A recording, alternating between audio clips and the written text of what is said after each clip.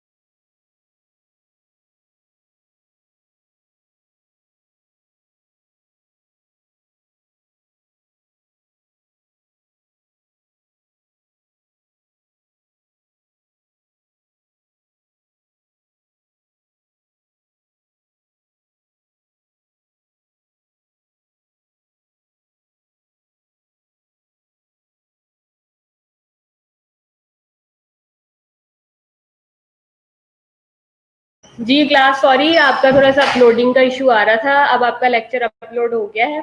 ठीक है, अब हम लोग स्टार्ट करते हैं। डेवलपमेंटल साइकोलॉजी में आपका जो दूसरा यूनिट है, दिस इज वेरी इंपॉर्टेंट। देखें, हमें जैसे कि पता है कि साइकोलॉजी में हम लोग क्या करते हैं। साइकोलॉजी में हम लोग दिमाग से सोचते हैं। ठीक है, so brain is the major, कह लें कि आपके पास यूनिट है आपकी थिंकिंग के लिए। ठीक है, सो ब्रेन आपका बिहेवियर भी आपका ब्रेन से आता है, रिलेशनशिप भी आप ब्रेन से ही सोच के बनाते हैं, ठीक है।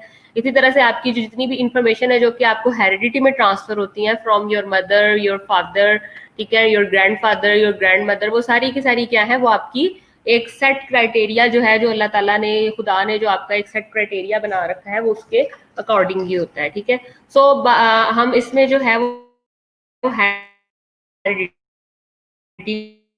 को वो बिहेवियर पे क्या करेंगे, आपके ब्रेन बिहेवियर को डिस्कस करेंगे, फिर बायोलॉजिकल इन्फ्लुएंसेस होते हैं। इसी तरह से फिर कहते हैं how heredity and environment interact to produce, कि किस तरह से आपका जो इन्वायरमेंट है, आपकी हेरिडिटी जो है, वो आपकी डेवलपमेंट में हेल्प आउट करती है। उसके बाद discuss research method used in behavioural genetic research, ठीक है।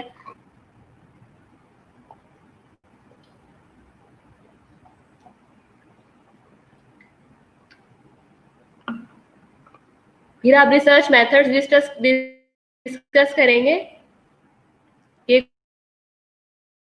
कौन कौन से हैं जो कि आपके जेनेटिक रिसर्च में यूज होते हैं। नेक्स्ट आ जाता है आपके पास डेफिनेशन।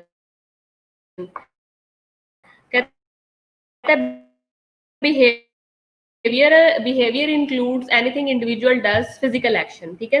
इंडिविजुअल स्पीक्स, ठीक है, आपका वर्बल बिहेवियर हो सकता है, ठीक है, सर आपके हो सकते हैं।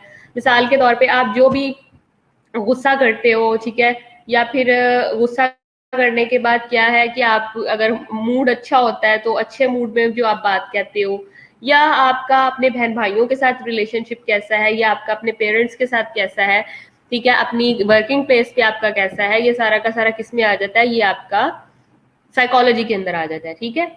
सो these behaviours can be observe as we can see और हियर देम, ठीक है। उसके बाद कहते हैं dynamics of the human behaviour are the factors that stimulate the change in the human behaviour, ठीक है। सो डायनामिक्स क्या है, ह्यूमन बिहेवियर है, ठीक है। ह्यूमन बिहेवियर से रिलेटेड वो फैक्टर्स हैं जो कि स्टिमुलेट करते हैं आपकी चेंज के अंदर, ठीक है। डायनामिक का मतलब ही क्या होता है, something which is in motion और which you can say in a change, in a movement, ठीक है। सो डायनामिक्स ऑफ बिहेवियर में बॉडी माइंड रिलेशनशिप आ जाता है, यानी आपका आपकी बॉडी और आपके माइंड का एक बड़ा ही गहरा ताल्लुक है, क्योंकि आपका माइंड जो सोचता है, आपकी बॉडी क्या करती है, उसको एक्ट करती है। एक चीज होती है एक्ट करना, एक चीज होती है परफॉर्म करना, ठीक है। तो एक्ट और परफॉर्म किसी चीज के ताबिया है, मतलब किसी चीज ने आपको डायरेक्शन देनी है तो आपने उसको एक्ट करना है या बताना है। So body mind relationship. Number two, genetics and environment in behaviour, ठीक है। उसके बाद क्या आ जाता है, आपका जेनेटिक्स आ जाता है और इन्वायरमेंट इन बिहेवियर आ जाता है। फिर आपका ब्रेन एंड बिहेवियर आ जाता है, glandular control of the behaviour, ठीक है। आपकी मसल्स जो है वो आपके एंडोक्राइन से रिलीज होते हैं, आपके सोचने से, आपके स्ट्रेस से, आपकी खुशी से। अगर आप खुश होते हैं तो तब भी डिफरेंट तरह के हार्मोन्स रिलीज होते हैं, अगर आप परेशान होते हैं तो तब भी और तरह के हार्मोन्स रिलीज होते हैं। उसी तरह से फिर आपके मसल्स पे उनका एक्ट होता है, आपके ग्लैंड्स पे उनका एक्ट होता है, एंड देन आपके बिहेवियर अल्टीमेटली उससे इफेक्ट होता है, ठीक है। मिसाल के तौर पे क्या कहते हैं, खास किस्म की खुशी हो तो प्रोलैक्टिन रिलीज होता है। प्रोलैक्टिन एक स्पेसिफिक हार्मोन होता है, ठीक है। यही प्रोलैक्टिन जो है वो आपका स्ट्रेस में भी रिलीज हो सकता है, ठीक है। इसी तरह से कुछ आपका फाइट एंड फ्लाइट रिएक्शन जो है, आपका पैरासिम्पैथेटिक नर्वस सिस्टम जो है वो एक्टिवेट हो जाता है। जब वो एक्टिवेट हो जाता है तो कि वो ब्रेन के अंडर है, तो वो बॉडी से एक्शन करवाता है, ठीक है। माइंड और बॉडी जो है वो एक दूसरे से इंटरेक्ट करती है, एक दूसरे से इंटर रिलेटेड है। Mind is the function of body.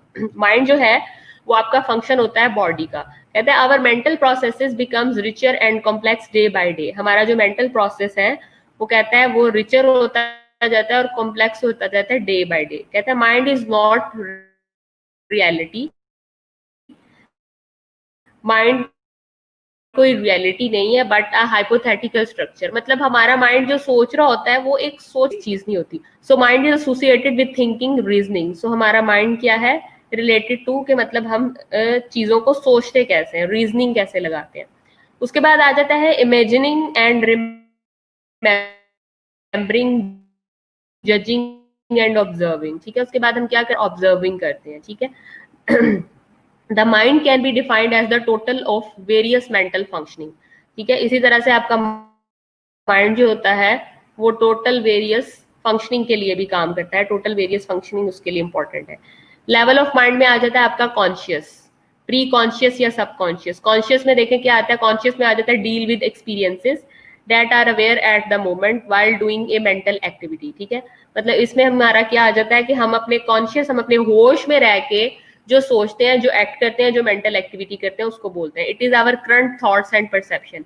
यानी कि ये हमारी क्या होती है, ये हमारी करंट थॉट्स होती हैं और परसेप्शन होती हैं। उसके बाद आ जाता है आपके पास प्री कॉन्शियस या सब कॉन्शियस। प्री कॉन्शियस या सब कॉन्शियस लाई करता है below the margin of the consciousness, ठीक है। वो कॉन्शियसनेस से नीचे होता है, मतलब कि उसमें हम अवेयर्ड नहीं होते हैं, ठीक है। मतलब माइंड का ये लेवल जो होता है वो अवेयर्ड लेवल नहीं होता, ये बिलो द कॉन्शियस होता है। It includes the matter that can be, ठीक है, इसमें वो सब मैटर्स आ जाते हैं।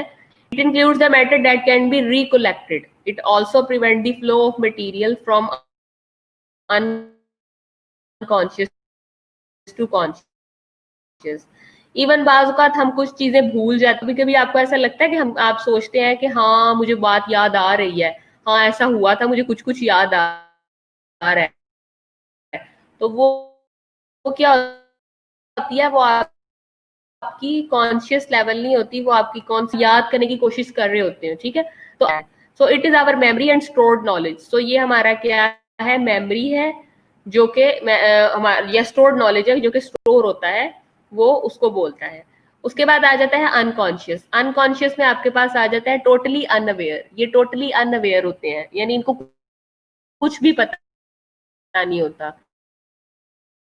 They don't become conscious until some method like psychoanalysis are used, ठीक है। मतलब क्या ले कि ये happened, so इनके लिए साइको एनालिसिस करना जरूरी होता है। मतलब इसमें क्या होता है, हम अपने तरीके से उनको उनका कॉन्शियस लेवल बहाल करने की कोशिश करते हैं कि उनको पता चले चीजों का। इट इंक्लूड्स रिप्रेस्ड थॉट, इसमें आपकी रिप्रेस्ड थॉट्स आ जाती हैं, फोबियाज आ जाता है, एंड इमोरल यानी कि गैर इखलाकी अर्जेस आ जाती हैं, डिजायर आ जाती हैं।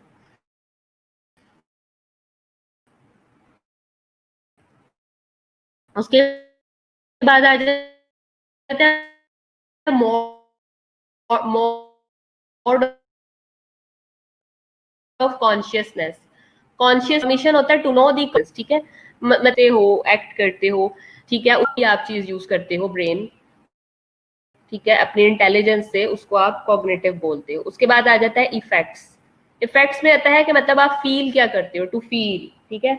Affective, affective deal with emotions, ठीक है। आपकी जो इफेक्टिव डील हो जाती है इमोशंस के साथ, उसको बोलते हो। उसके बाद आ जाता है कॉनोटेशन। कॉनोटेशन में टू डू यानी कि conative drives, how one acts on those thoughts and feelings, ठीक है। मतलब कि कैसे कोई भी आप, मतलब आपकी थॉट्स या आपकी फीलिंग्स के अकॉर्डिंग किस तरह से वो एक्ट कर रहा है, ठीक है। कॉनोटेटिव ड्राइव्स क्या होती है, मतलब कि आपकी कॉपी करने वाली ड्राइव्स होती हैं। How one can act on these thoughts and feeling या अंडरस्टैंडिंग। मिसाल के तौर पे अगर आप कि मैं भी इसी वे में, इसी फॉर्म के अंदर इसको करवाऊं, तो ये कॉनोटेशंस आ जाती हैं, ठीक है। ये कॉनेटिव थॉट्स होती हैं आपकी, ये ड्राइव्स होती हैं। उसके बाद आ जाता है ACS. ACS stands for Altered state of consciousness. कहता है it is any condition that is significantly different from normal waking state, ठीक है। सो ये डिफरेंट होती है आपकी नॉर्मल वेकिंग स्टेट से, ठीक है। इसमें क्या है, it can occur accidentally due to fever, meningitis, sleep deprivation, साइकोसिस और एक्सीडेंट। ये किसी वजह से भी हो सकती है, फीवर की वजह से भी हो सकती है, मेनिंजाइटिस की वजह से भी हो सकती है, स्लीप डेप्रिविएशन की वजह से भी हो सकती है, और साइकोसिस की वजह से भी हो सकती है। It can be reach intentionally by hypnosis mediation, ठीक है। और इवन जो आपको साइकोलॉजिस्ट हिप्नोटाइज करना शुरू कर देते हैं, ये उसकी वजह से भी हो सकती है, जिसे हम कहते हैं हिप्नोसिस मेडिटेशन, ठीक है। It can also be ingested psycho active, ठीक है। इसको हम क्या बोलते हैं, साइको एक्टिव भी बोलते हैं। मिसाल के तौर पे इस किस्म के नशे वाली चीजों का इस्तेमाल, जैसे अल्कोहल का यूज ज्यादा कर लेना, ठीक है, सिनाबिस का यूज कर लेना। कैनाबिस जो है वो खास किस्म के कह लें कि आपके ये एडिक्टिव सब्सटेंसेस होते हैं, एडिक्टिव कंपाउंड है, मतलब अगर इनको भी यूज कर लिया जाए तो आप अपना कॉन्शियस लेवल तो मेंटेन नहीं रखते ना, आप अपना जो दिमागी तवाज़ुन है उसको बरकरार तो नहीं रख सकते, अपने कॉन्शियस लेवल में तो नहीं रखते, आपका जो कॉन्शियस है स्टेट है वो बिल्कुल क्या हो जाती है, अल्टर्ड हो जाती है। ठीक है, तो इसलिए इसको ACS बोलते हैं, Altered state of. Practice of focusing attention to enhance awareness and gain more control over physical and mental process. This is also include breathing exercise. ठीक है, अब अगर हम पेशेंट को और अपने फिजिक चाहते हैं कि वो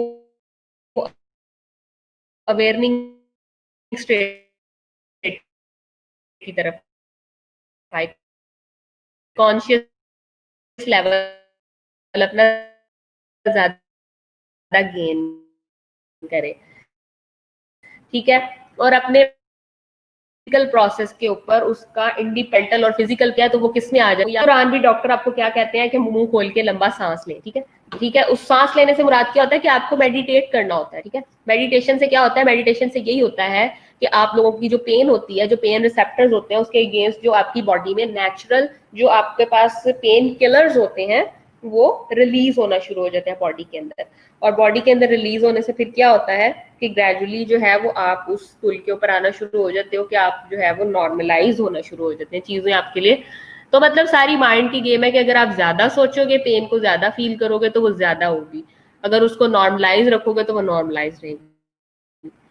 नेक्स्ट आ जाता है बॉडी माइंड रिलेशनशिप, कहता है effects of mind on bodily functions, ठीक है, आपके माइंड का इफेक्ट होता है आपके बॉडीली फंक्शंस के ऊपर, effect of body on mental functioning, ठीक है, मिसाल के तौर पे हमारी बॉडी जो है, हमारा माइंड जो है वो हमारी बॉडी के फंक्शंस को असरअंदाज करता है, सो हमारी बॉडी जो होती है वो हमारे मेंटल फंक्शंस को असरअंदाज करती है। उसके बाद कहते हैं effect of body increase blood pressure leads to mental over activity, ठीक है, अगर ब्लड प्रेशर ज्यादा हो जाएगा तो हमारी मेंटल एक्टिविटी जो है वो ज्यादा हो जाएगी। फिटीग जो है वो बॉडी अगर थकी हुई है, ठीक है, तो हमारी सोचने की एबिलिटी भी जो होती है वो कम हो जाती है। अक्सर आपने देखा होगा अगर आप मार्केट से घूम फिर के आते हैं, ठीक है, पूरा दिन मार्केट में गुजारते हैं, आके आपको अगर कोई काम करने के लिए कहा जाए तो आप कहते हैं कि झूठ ही हो जाए, क्यों, क्योंकि आप फिजिकली जो है वो फिटीग हो चुके होते हैं, फिजिकली एग्जॉस्ट हो चुके होते हैं। तो उस टाइम अगर आपको कोई सोचने वाला काम दिया जाए, कोई मैथ का सवाल छोटा बहन भाई हल करने के लिए, तो आप कहते हैं भाई माफ कर दो मुझे इस टाइम, क्यों, क्योंकि कॉग्निटिव एबिलिटी जो है वो आपकी बॉडी तो ऑलरेडी थकी हुई है, तो वो क्या आप उसकी कॉग्निटिव एबिलिटी करोगे, नहीं कर सकोगे। Constipation can irritability and depression, ठीक है, इवन जो कॉन्स्टिपेशन होती है वो क्या करती है, इरिटेबिलिटी, मतलब कि आपके बिहेवियर में चिड़चिड़ापन आना शुरू होता है, डिप्रेशन में आप चले जाते हैं। और अगर आपकी थायराइड एक्टिविटी ज्यादा है तो वो क्या होगा, आप हर टाइम एक्साइटेड, ओवर एक्साइटेड रहो, काम या ग्लैंड अपनी ओवर स्क्रीशन कर रहा है तो ओवर स्क्रीशन करने की वजह से आप थक के रहोगे, ठीक है, आप ओवर जो है वो बातें करना शुरू कर दोगे या आप एक्साइटेड ज्यादा रहना शुरू कर दोगे। Lack of sleep disturb cognition, ठीक है, अगर नींद पूरी नहीं लोगे, सारी रात जो है वो जागते रहोगे तो क्या होगा कि आप कोई भी जहन से करने वाला कोई भी अच्छा काम, आपकी परफॉर्मेंस जो है वो एकेडमिक परफॉर्मेंस डाउन होना शुरू हो जाएगी। Over active adrenal glands produce aggressive behaviour, जिन बच्चों को गुस्सा ज्यादा आता है या जो बच्चे कह लें कि बहुत ज्यादा चिड़चिड़ापन तबीयत में आ जाता है, इट मीन्स कि उनकी एड्रिनल ग्लैंड जो है वो बहुत ज्यादा स्क्रीट कर रहे हैं, ओवर स्क्रीट कर रहे हैं, ठीक है। Unpleasant emotion like fear, anger, worry cause headache, insomnia, indigestion, अगर किसी चीज का आपको डर है, कोई परेशानी है, तो उससे क्या होगा, नींद नहीं आती, खाना सही हजम नहीं आता, खट्टी डिकारें आना, सर में शदीद दर्द रहना, अजीब सी बेहंगम और चिड़चिड़ी सी तबीयत रहना इसमें शामिल है। Emotional conflicts are responsible for peptic ulcer, ulcerative colitis and flatulence, और अगर आपको मतलब मिसाल के तौर पे लड़ाई झगड़ा हो गया है किसी के साथ भी, माँ पेरेंट्स की जो खाना पीना आपने खाया होगा या तो भूख लगना कम हो जाएगी या ज्यादा लगेगी, ठीक है, इसका मसला हो जाएगा। तो मतलब माइंड का आपकी बॉडी फंक्शंस ऑर्गन्स के साथ गहरा ताल्लुक है। Injury to brain cause altered mental process, ठीक है। और अगर खुदा ना खास्ता किसी को दिमाग पे चोट लग जाती है तो वो आपकी जितनी भी मेंटल प्रोसेस है उनको उल्ट कर देती है। उसके बाद कहता है स्प्रेस्ड और repressed feeling cause nervousness, anxiety, depression, ठीक है। अब अगर आपकी स्प्रेस्ड फीलिंग होगी या डिप्रेस्ड फीलिंग होगी तो आप क्या फील करोगे? आप नर्वसनेस फील करोगे और एंजाइटी फील करोगे, आपको परेशानी सी फील होगी, ठीक है। तो क्या कहते हैं, अभी आप जो है वो 5 मिनट की ब्रेक ले लें, फिर मैं 5 मिनट के बाद आगे कंटिन्यू करवाती हूँ। आपने फिर मैं ऑनलाइन होती हूँ दोबारा। आप इधर ही रहेंगे, इधर ही बैठे बैठे ऑन आप जो है वो ब्रेक लें।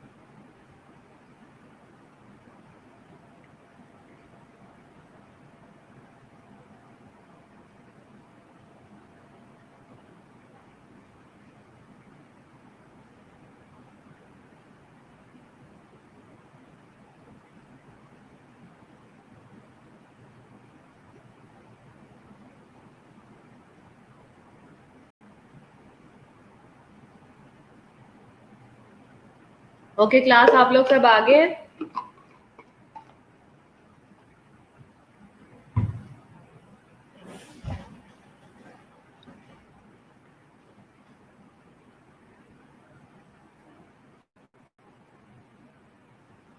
सब लोग आ गए हैं आप लोग? अच्छा, हम लोग पढ़ रहे थे effects of the mind on the bodily function. Unpleasant emotions की मैंने बात की, हमने आगे से स्टार्ट करना था। आगे हमारे पास है जेनेटिक्स और एंड इन्वायरमेंट्स। ठीक है,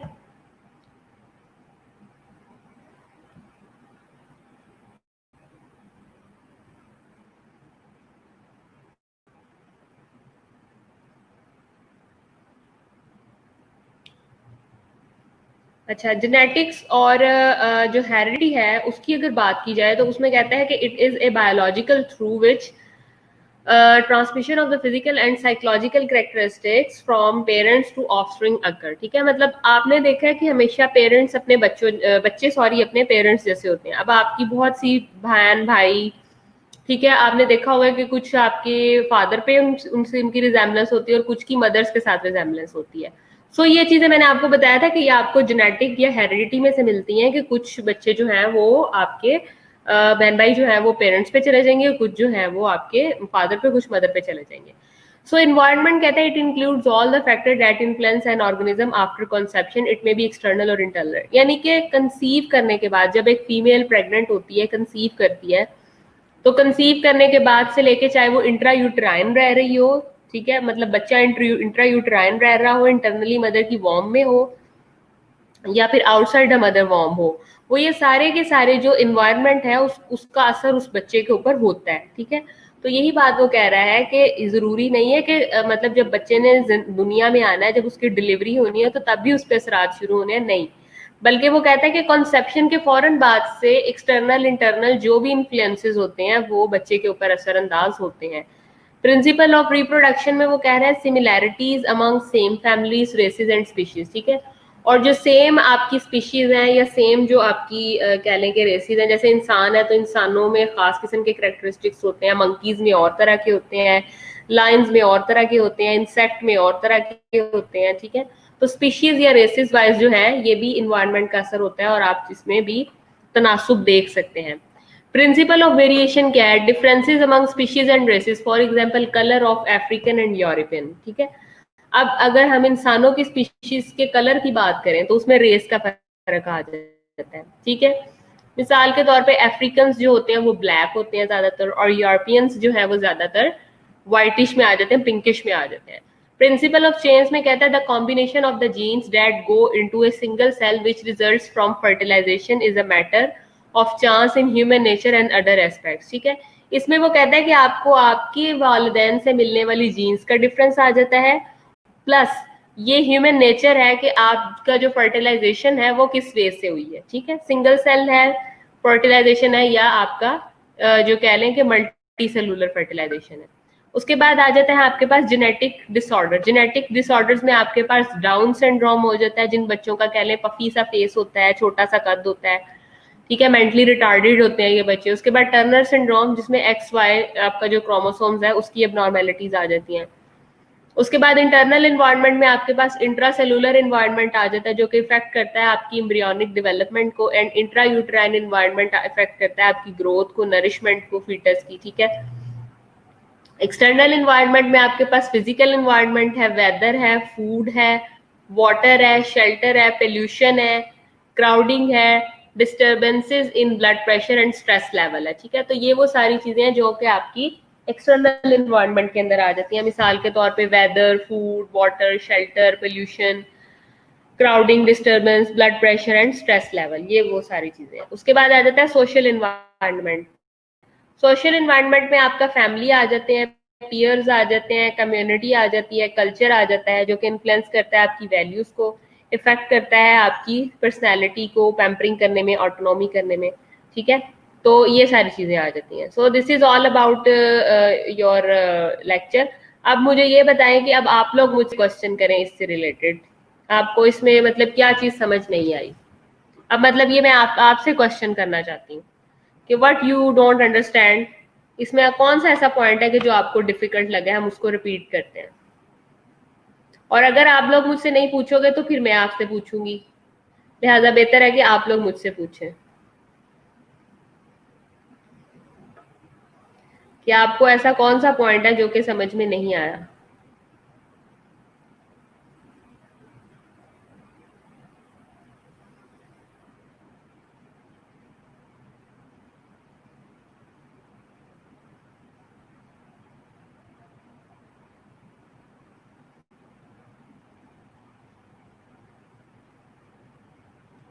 हाँ जी, सायरा, फायजा, बताइए कि ऐसी कौन सी चीज है जो कि आपको समझ में नहीं आई। अगर क्लास आप नहीं मुझसे पूछेंगे तो फिर मैं खुद आपसे पूछूंगी, लिहाजा आप लोगों को चाहिए कि आप खुद मुझसे क्वेश्चनिंग करें ताकि मुझे पता हो कि आप लोगों ने वाकई जो है वो आपने उस लेक्चर को गॉट किया है।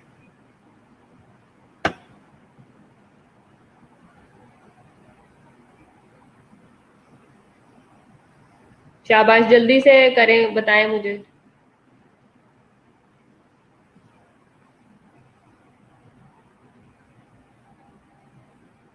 हरी आप क्लास, सबको समझ आ गई है? इसका तो मतलब यह है कि सबको समझ आ गया, सबने सब मतलब पढ़ाने का कोई मसला नहीं था मुझे, मैं ना भी पढ़ाती तो आप लोगों को पता चल जाना था। बताइए।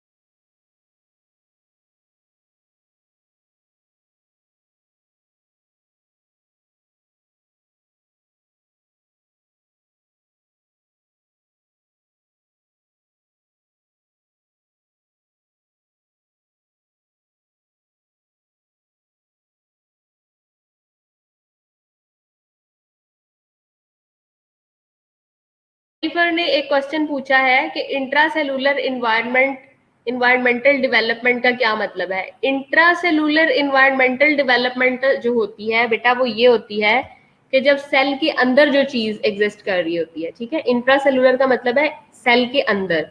इंट्रा मतलब सेल जो है ना, सेल के अंदर एक अपना पूरा का पूरा इन्वायरमेंट है। सेल के अंदर पूरी की पूरी, आपने पढ़ा होगा शायद, ऑर्गेनेलिज है, माइटोकॉन्ड्रिया भी है, साइटोप्लाज्म भी है, गोल्जी एपरेटस भी है, ठीक है।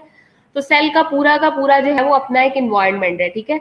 उस इन्वायरमेंट के अंदर अगर किसी चीज की कोई ग्रोथ हो रही है तो आप उसको बोलेंगे कि ये intracellular environment, intracellular environmental development है ये, ठीक है, उसको हम बोलेंगे ये। इसके अलावा अच्छा, सारा ने क्वेश्चन किया है कि ये फैक्टर्स हमारे मेंटल फंक्शनिंग पर भी, बच्चा मतलब हम लोग ये हमारा ये कॉन्सेप्ट है कि बच्चा पैदा होने के बाद मतलब at the time of delivery, जब बच्चा पूरी तरह दुनिया में आ जाता है तो दुनिया में आने के बाद जो है वो तब उसके ऊपर जो है वो इस किस्म की चीजें असरअंदाज होती हैं। हालांकि ऐसा बिल्कुल भी नहीं है कि बच्चे का आने के बाद जो है वो असरअंदाज हो चीजें, नहीं, बल्कि क्या कहते हैं, ये चीजें तब से शुरू हो जाती हैं जब से आप ये कह लें कि मतलब वो इंट्रा यूट्राइन होता है, बॉडी के अंदर ही मौजूद होता है, ये तब से चीजें शुरू होना शुरू हो जाती हैं, ठीक है। तो ये मतलब कि हम लोगों की गलत बात है कि पता नहीं जब पूरी तरह जो है वो बॉडी से बाहर निकलेगा बेबी तो तभी चीजें शुरू होंगी, ऐसा नहीं है, ठीक है। सो ये आप लोगों ने मेक श्योर करना है इस चीज के लिए। हमारा ब्लड प्रेशर है, हमारा कह लें पल्स है, ठीक है, पोल्यूशन है, या अक्सर आपने देखा होगा कि जिन कपल्स में ड्यूरिंग प्रेगनेंसी लड़ाई झगड़े शुरू हो जाते हैं, वो चीजें हैं, ठीक है, क्या कहते हैं वो, उनसे लड़ाई झगड़े शुरू होने की वजह से भी बच्चे की जो है वो इंटरवॉर्म इंट्रा यूट्राइन लाइफ जो है वो इफेक्ट होना शुरू हो जाती है। हाँ जी, और कौन बताएगा, और कौन सवाल करेगा, फिर मैं सवाल करूं वरना। शाबाश बताएं, और कौन सवाल पूछना चाहेगा,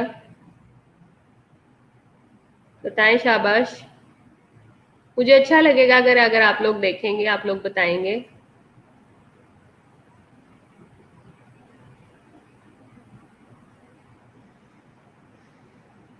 और किसी का क्वेश्चन?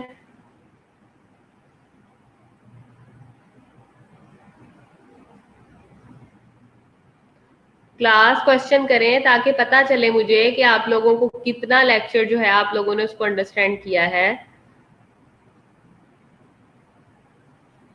इस तरह से फिर मैं क्वेश्चन करूंगी। मैं ओ अरूज कहती है कि जी आप सवाल करें हम बताएंगे। चलें, आप मुझे ये बताएं कि what is the difference between internal and external environment. चले अरूज आप बताइए कि इंटरनल और एक्सटर्नल इन्वायरमेंट में क्या फर्क है। इंटरनल इन्वायरमेंट क्या होता है और आपका एक्सटर्नल इन्वायरमेंट क्या होता है, ये बता दें। चले,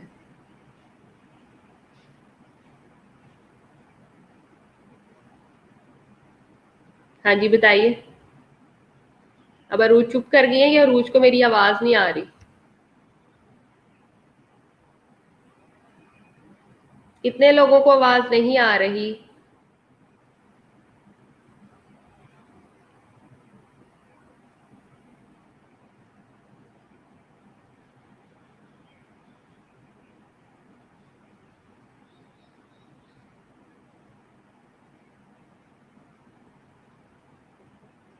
हाँ जी अरूज, खामोशी का क्या मतलब मैं समझूं? अभी तो आप कह रही थी कि आप सवाल करें हम बताएंगे।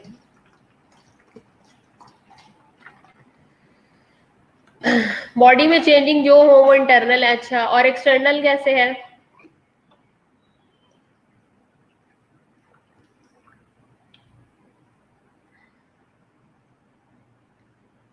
हाँ जी, आज बाकी सिग्नल इशू हो रहा है, I don't know what is the reality, क्योंकि मैंने भी अपनी जो डिवाइस अटैच की हुई है ये भी थोड़ी सी वीक सिग्नल दे रही है आज।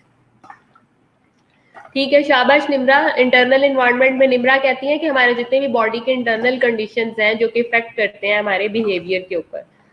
ठीक है, ठीक है, वो पॉजिटिव भी वैसे निम्रा हो सकते हैं बट नॉट डिजीज। ठीक है, हम उसको डिजीज में ही नहीं कह सकते।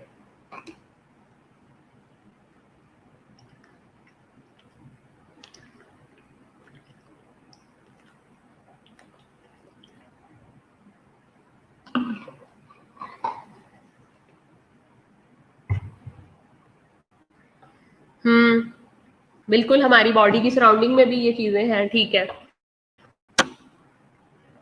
ऐसे ही है, एक्सटर्नल इन्वायरमेंट एसेंशियल है, बिल्कुल। ठीक है, और इसके अलावा शाबाश बताएं।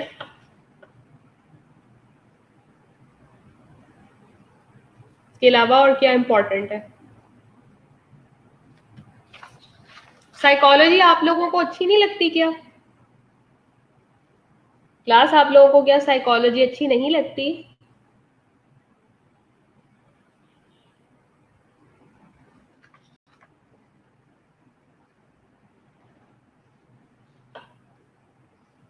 हम्म। अच्छा जी।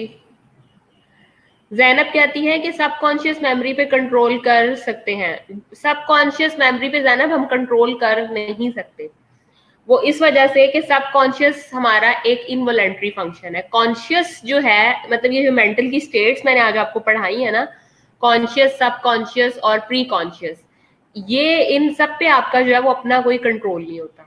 ठीक है, ये आपका जो आपका बॉडीली फंक्शन है, जो आपका ब्रेन है ना, और आपकी जो हेरिडिटी और आपका इन्वायरमेंट है, ये सारी चीजें उसके ऊपर जो है वो आप पे असरअंदाज होती हैं।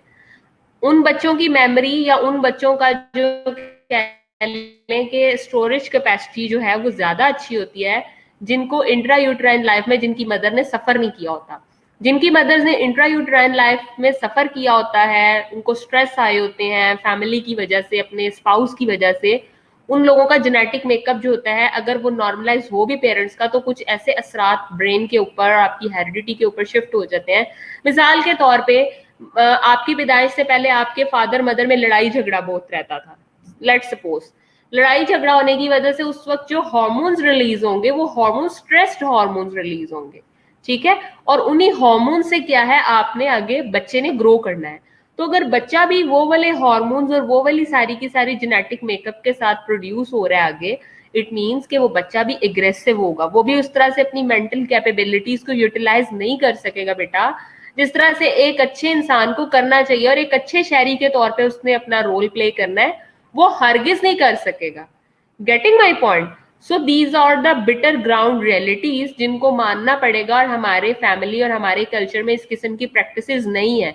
लेकिन यही बात है कि वो बच्चे जो थोड़ा सा ज्यादा कंपैरेटिवली कॉम्पिटेंट होते हैं, इट मीन्स कि उनकी मदर को या आपके जो फादर मदर है स्पाउस रिलेशनशिप पॉजिटिव रहे हैं, ठीक है। सो हम यही समझते हैं कि बस बच्चा माँ के जिस्म में है तो that's not a difference any, ठीक है। बट हमारे हार्मोन से ही उसने बनना है, हमारे मेटिंग प्रोसेस से ही उसने बनना है। It's a natural reproductive process in the human being. So अगर हमारे हार्मोन्स अच्छे हैं तो एवरीथिंग इज नॉर्मल, अगर हार्मोन्स नहीं अच्छे तो व्हाट कैन आई से, यू कैन बेटर अंडरस्टैंड। अच्छा, अब मुझे प्लीज जल्दी से अटेंडेंस दे दें।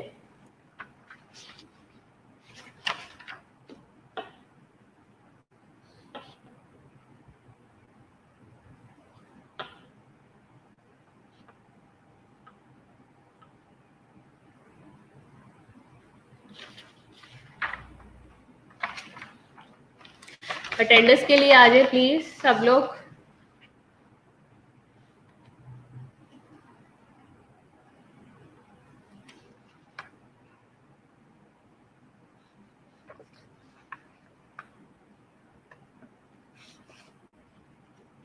अटेंडेंस दे दें सब लोग, फिर जिसकी रह गई वो मुझे कोई ना कहे।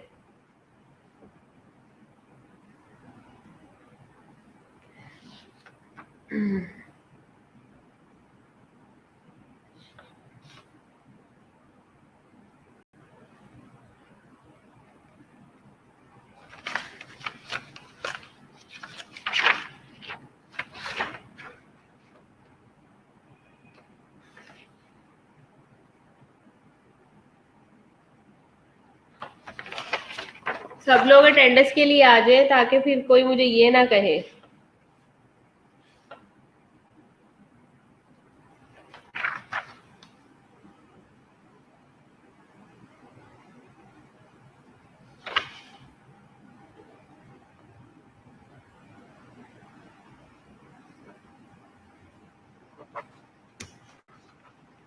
सब लोग अटेंडेंस के लिए आ जाएं, ठीक है। अच्छा, मुझे ये बताएं कि और किसी का कोई क्वेश्चन? बहुत अच्छा लगता है मुझे क्लास जब आप क्वेश्चन करते हैं। मैं आप लोगों को देखना चाहती हूँ कि आप लोग जो है वो जब क्वेश्चन करें तो मतलब आप उसके उस जो सेशन जो भी मैं पढ़ा रही हूँ, मतलब आप उसके अंदर एक्टिवली पार्टिसिपेट कर रहे हैं, आप टेक पार्ट कर रहे हैं, तो मुझे इस चीज़ की खुशी होती है। तो प्लीज़ आप लोग क्वेश्चन किया करें ताकि मैं आप लोगों को आंसर दूँ और मुझे अच्छा लगे, और इससे मेरा भी नॉलेज इन्हांस होता है और आपका भी होता है। हाँ जी, बताइए मुझे।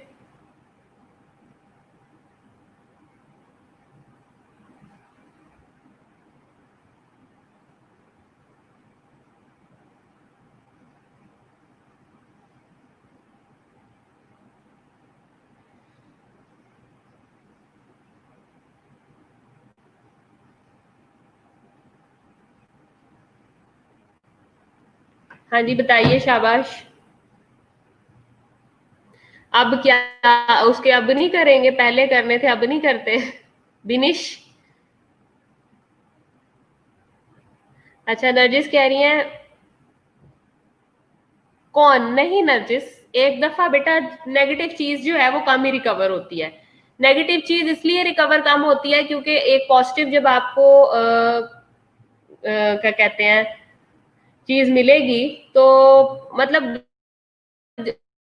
एक डेवलपमेंट का ना एक प्रोसेस होता है। उस प्रोसेस के दौरान, उस दौरानिए के दौरान, उस प्रोसेस में, उस टाइम के दौरान बच्चे ने ना अपना मैक्सिमम लेना होता है। अगर उस दौरान ही बच्चे को आप इस किस्म की हर्टिंग बातें करोगे तो वो कभी भी नॉर्मली बिहेव नहीं करेगा, ठीक है। सो ये बड़ा इंपॉर्टेंट होता है। इसी तरह से जब हम कहते हैं ना कि 10 साल से 10 साल की उम्र तक या 6 साल की उम्र तक जो है वो जितना दूध बच्चा पी ले उसको उतना चाहिए, तो बाद में वो जितना मर्जी दूध पी ले उसकी बोन्स के लिए बेनिफिशियल नहीं है। बोन्स के डेवलपमेंट के लिए उसको दूध जो है वो आपने फर्स्ट 4 ईयर 5 ईयर देना है, ठीक है। तो दैट इज वेरी इंपॉर्टेंट, वो आपने देना ही देना है। तो इसी तरह से ये भी है कि ये चीज इंपॉर्टेंट होती है, ठीक है। और कोई इश्यू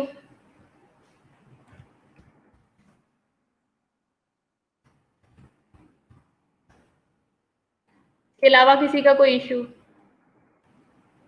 ओके, आप लोगों ने आर्टिकल देखा है, वो आप लोगों को अच्छा लगा है, आप लोगों ने उसको पढ़ना है और आज की न्यूज़पेपर ले लें और वहां से उसको डिटेल में पढ़ें, आपको काफी इंफॉर्मेशन मिलेगी, ठीक है। पॉजिटिव इफेक्ट इंटेलिजेंस पे इस तरह से इफेक्ट करता है कि उस वक्त उस ग्रोथ के उस टाइम पे हार्मोन इस किस्म के रिलीज होते हैं ना।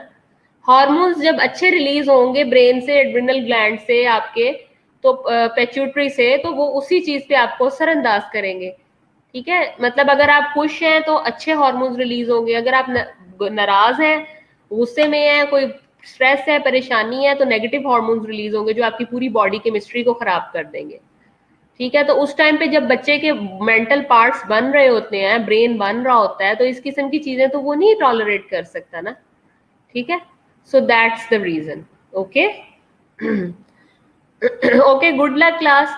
होपफुली ये सेशन आपका अच्छा रहेगा। Thank you so much Jennifer for your support and आपने इसको जो है वो इस पे काम कीजिएगा आप, ठीक है, और उसको पढ़िएगा ताकि आप लोगों की इंफॉर्मेशन में इजाफा, और आगे भी आप जो है उसको शेयर करें अपने फ्रेंड्स के साथ, फैमिली के साथ, ताकि आप लोग जो है वो इस चीज को आगे लेके चले और आपको भी बताओ कि क्या क्या नई रिसर्चेज जो है वो आ रही हैं, ठीक है। आप उसको अपने ग्रुप में बाकी जगहों पे भी शेयर कर सकते हैं।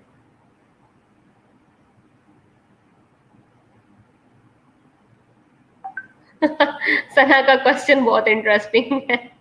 सना आप आओगी ना तो मुझसे जरूर मिलना, मैं आपसे मिलना चाहती हूँ। Okay, thank you very much class, take care please.